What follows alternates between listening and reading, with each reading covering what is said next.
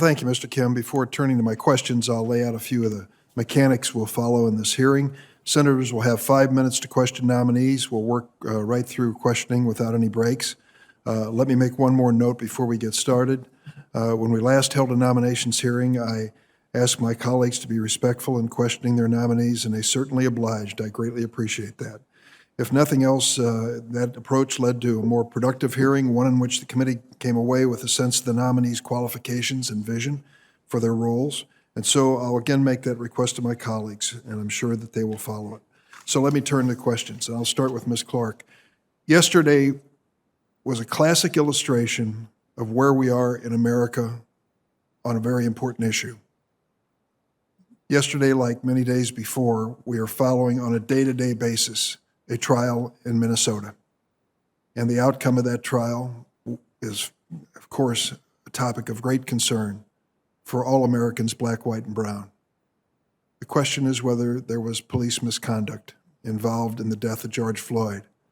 And on top of that came the killing of Daunte Wright in Brooklyn Center, Minneapolis. I don't want to pick on Senator Klobuchar's state because sadly there are cases like that in many states, including my own. And a real question as to the training and fitness of some people in law enforcement.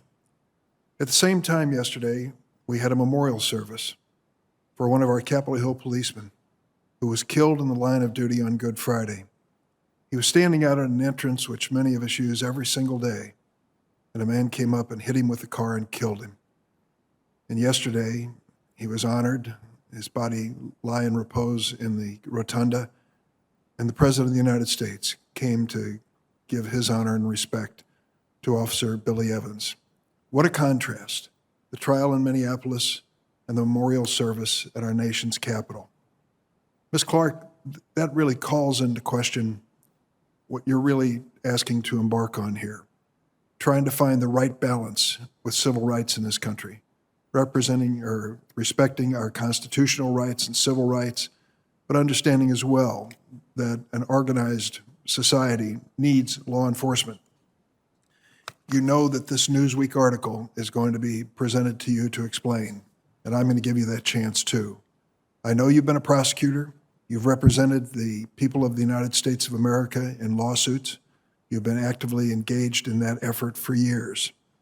Questions were raised in this article about so-called defunding the police. And I want to give you a chance to explain what you were saying in that article. I certainly agree with some of your suggestions. We do need more social workers. They're a necessary part of law enforcement as far as I'm concerned, can avoid a lot of deadly confrontations. Yes, we need more social support in schools. That goes without saying. I think that's the right thing to do. More money in mental health aid as well. And I question, as others do, sending all this military equipment to police departments. But I want to give you a chance to explain that article and your position in your own words. Thank you for the question, Senator. First, I want to acknowledge the grief that I know that families and communities are experiencing today. The family of the grieving Capitol officer who lost his life, the family of George Floyd, and so many others. I think we are at an inflection point. Senator, throughout my career, I have worked with law enforcement. I started off my career in the Justice Department and spent several years in the criminal section working with the FBI. Throughout my career, I have endeavored to form partnerships with law enforcement. Most recently, I worked with the International Association of Chiefs of Police to develop more effective strategies for tackling hate crimes.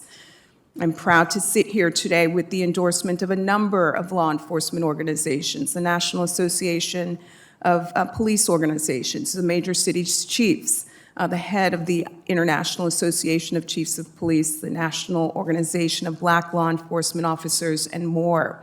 And I can assure this committee that if confirmed, I will bring the long experience that I have of working to find common ground with law enforcement to this role. The article that you referenced, Senator, I wrote to make clear that I do not support defunding the police. I do support finding strategies to ensure that law enforcement can carry out their jobs more safely and effectively, and channeling resources to emotional health treatment and other severely under-resourced areas, I think, is one path forward.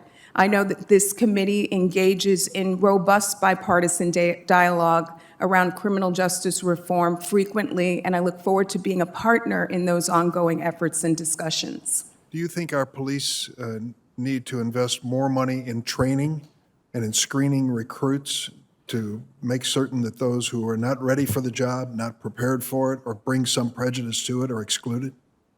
I support Senator President Biden's commitment of $300 million to cops to help ensure that police have more resources to do their jobs.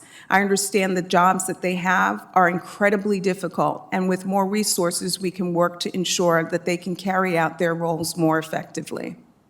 Thank you. Senator Grassley.